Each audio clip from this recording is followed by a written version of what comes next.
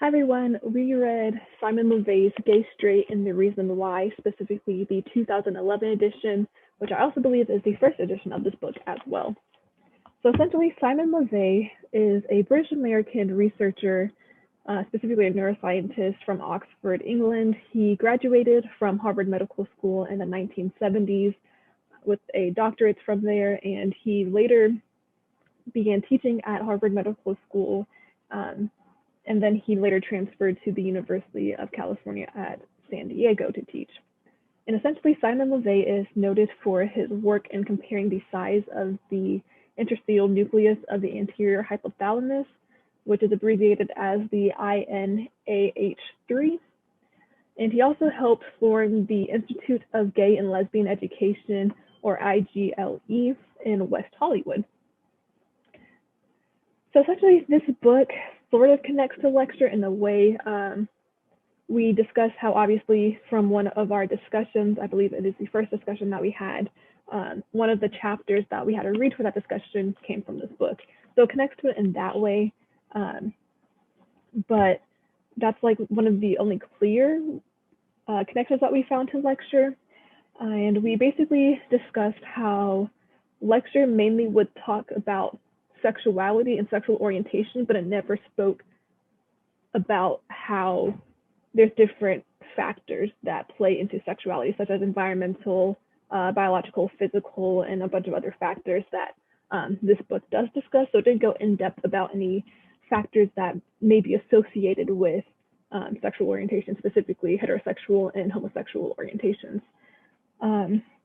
And then we also believe that it can vaguely be tied to lecture, specifically in chapter 6, where it was discussed that sexual orientation may change with age, but it's not a clear connection there. So we essentially just discuss how the main connection that this book has to lecture is through the discussion that obviously came from one of the chapters of the book.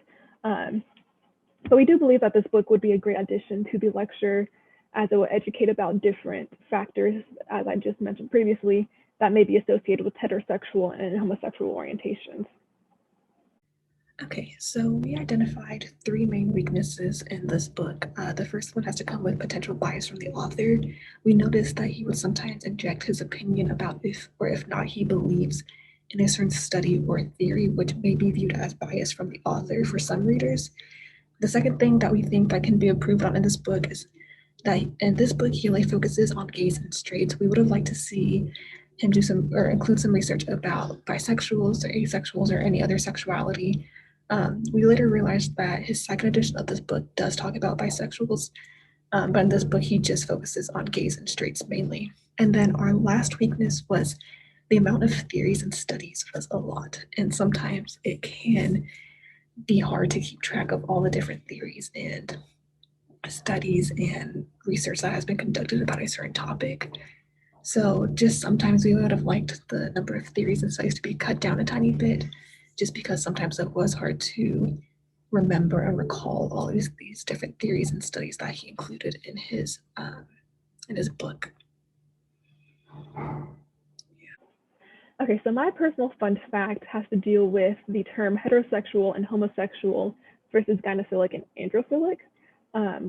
And depending on what your definition of a fun fact is, it might not be that fun, but I thought that it was interesting how Simon LeVay broke down the terms heterosexual and homosexual versus androphilic and gynophilic, and how he specifically said that heterosexual and homosexual sexual orientations are terms that are not age specific, meaning that it can be used to describe someone's sexual orientation or sexual attraction to children or minors, which I had no idea about. So I just thought that was really interesting, and that fact stuck with me for the entire book. And how he also noted that androphilic and gynophilic are terms that are age specific, so can't really be used to imply someone's sexual attraction to minors. It's typically used for those that are not minors, so adults in the US 18 and above.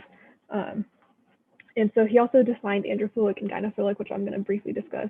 So androphilic means that it is man-loving, so it is used for straight women and gay men. And androphilic or gynophilic, sorry, is used for, is defined as female loving, which is used for straight men and gay women or lesbians. And I distinctly remember that after reading that fact, I sat there for about like 30 minutes questioning if I was using socially unacceptable terms to describe sexual orientation for the past 20 years. For some reason, I thought that heterosexual and homosexual were not sexually acceptable terms, even though that's the only terms that I've heard used to describe someone's sexual orientation in society. I sat there and really questioned, are these terms actually socially acceptable, or should we start using gynophilic and androphilic to define and discuss sexual orientation? According to LeVay, there are a number of scientific studies that can provide evidence for factors that could make someone heterosexual or homosexual.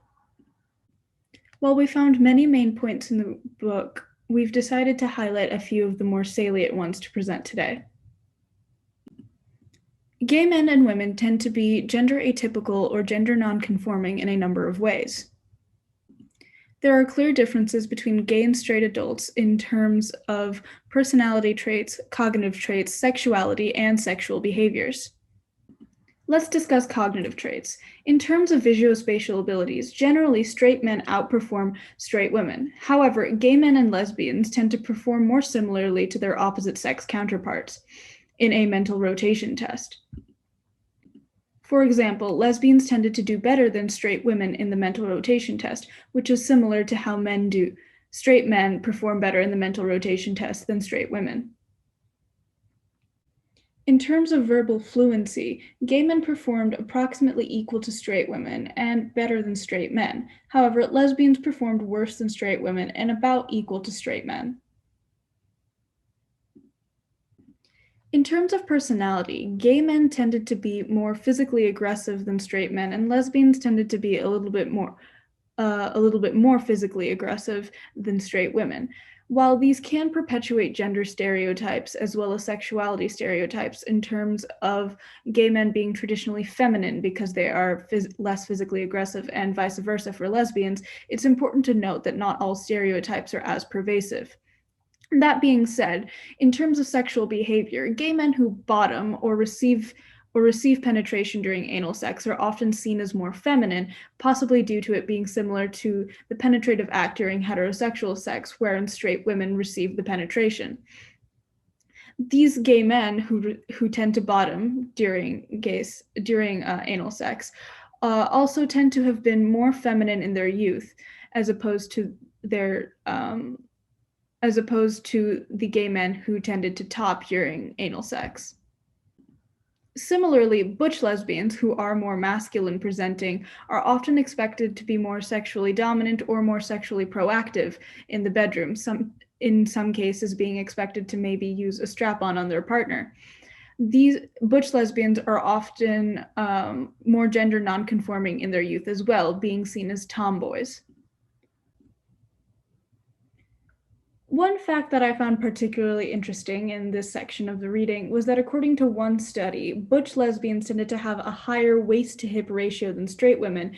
It's more similar to how men have a higher waist-to-hip ratio.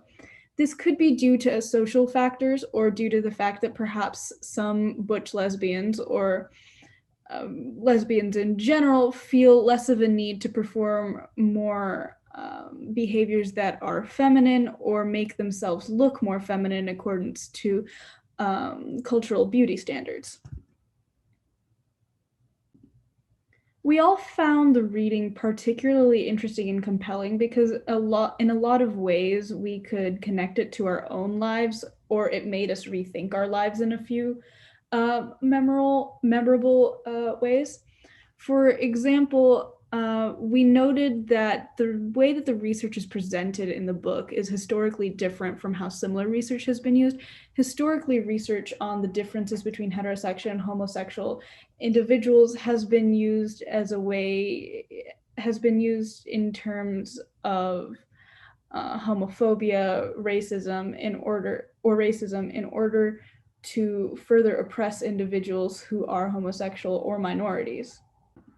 This book was particularly refreshing because while it was evaluating from a scientific standpoint research in differences between homosexual and heterosexual individuals, it tended to find a lot more similarities.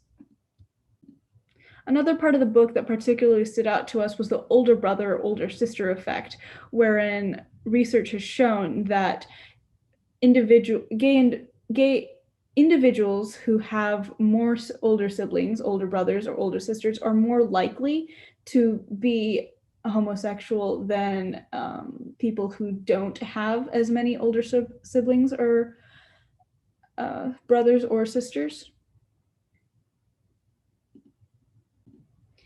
In fact, the studies showed that gay men and lesbians often had a lot more relatives overall, not just siblings, than their straight counterparts. Finally, the last most interesting, memorable part of the book that we found was the finger length ratio, which is the ratio between the index finger and the ring finger. In gay women, the finger length ratio was lower than that of straight women, which was interesting to note because generally men, both gay and straight men, have a much lower finger length ratio than that of straight women. So it was interesting to find that gay women also had not as much of a lower finger length ratio than straight women, but a significantly lower finger length ratio than straight women. It made a couple of us go back and actually measure our fingers to see if that tracked with our own experiences. So going into the targeted audience for this book, we said it was people more who are like educated in this field, mainly because of the terms the author uses, and he defines some of them throughout the book, but it's kind of hard to really know if you're not familiar with the scientific terms. So I thought maybe counselors would benefit from this book. So when they're dealing with like children or families, psychologists and neuroscience, they could benefit because they can either need this information to further their research, or they're just interested in this topic, or people who are interested in science data. So the book really just hits you with a lot of studies and all these scientific information. So if you're not really into that stuff or understand that stuff, I don't think this book would be helpful or easy to understand. So there was a lot of main points throughout this book. Like this book hits you with a lot of information, but I wanted to focus on the roles of sex hormones when it comes to sexual orientation. And starting off with testosterone, the studies have showed that gay and straight men have the same levels of testosterone. And there has also been research that butch lesbian women have higher levels in testosterone than feminine lesbian women. But there is circumstances like relationship status or sexual activity or social dominance, stress, the phase of the menstrual cycle, time of the day, and a lot other factors that play into the levels of testosterone that the females experience. But overall, testosterone is what like drives the development of male genitals and the reproductive system and their brain. So then going into the congenital adrenal hyperplasia, CAH, studies have showed that severe, the most severe form has shown shift in sexual orientation, and even with the mildest form, there is still a slightest shift in sexual orientation. So what it's saying is that the female affected fetuses with the greatest exposure to androgens are most likely to experience same-sex desire in adulthood. And then going to adrenaline insensitivity syndrome, AAIS, That is when male fetuses that have low levels of testosterone. So this causes the XY fetus that would have been a male to develop with the appearance of a female. And when born, the child identifies as a girl, and as they go into their adulthood, they are very similar to a woman and usually leads to them being attracted to men. But all this just really shows how testosterone is like a biological role that plays in the sexual orientation and gender. So the effect the book had on the whole group, we came up with like the main point is that it provided a lot of answers for the questions we had about how and why people are gay and straight. And it's mainly because people are always wondering why this person's gay, like why did they, it's like it's always this argument of choose or they were born this way. So the book really provided a lot of different information to intake when it comes to those discussions. And we also find out, a little side note, that the author also has a bisexual edition because we realized that this book just focuses on either lesbian or gay, female, male, and but it doesn't really talk about bisexual. So I thought it was interesting that he also wrote a bisexual edition. And my fun fact is that the ratio of the difference in length from the index finger and the ring finger can show a difference between gay and straight people. Our thesis is LaVey stated the differences between gay and straight sexualities and the possibilities as to why. The strengths are that LaVey explored a lot of studies and scientific findings about differences between sexuality and a lot more. And he also goes to explain as to why these studies are not credible or accurate by using counter-arguments. He also discusses strengths and weaknesses of each study presented, such as like small study samples isn't really favorable. So our conclusion is sexual orientation emerges from the prenatal sexual differentiation of the brain. So this depends largely on genes, sex hormones, and the brain systems that are influenced by them. No actual evidence to suggest that family dynamics, learning, early sexual experiences, or free choice affects sexual orientation, but we cannot fully rule out that this does not play a role. There are some environmental factors, so Gunter Dorner's prenatal stress theory suggests that prenatal stress alters the timing of the prenatal testosterone surge, leading to demasculinization of the brain and to atypical sexual behavior in adulthood. This was based on rats, so the trend is yet to be seen on humans.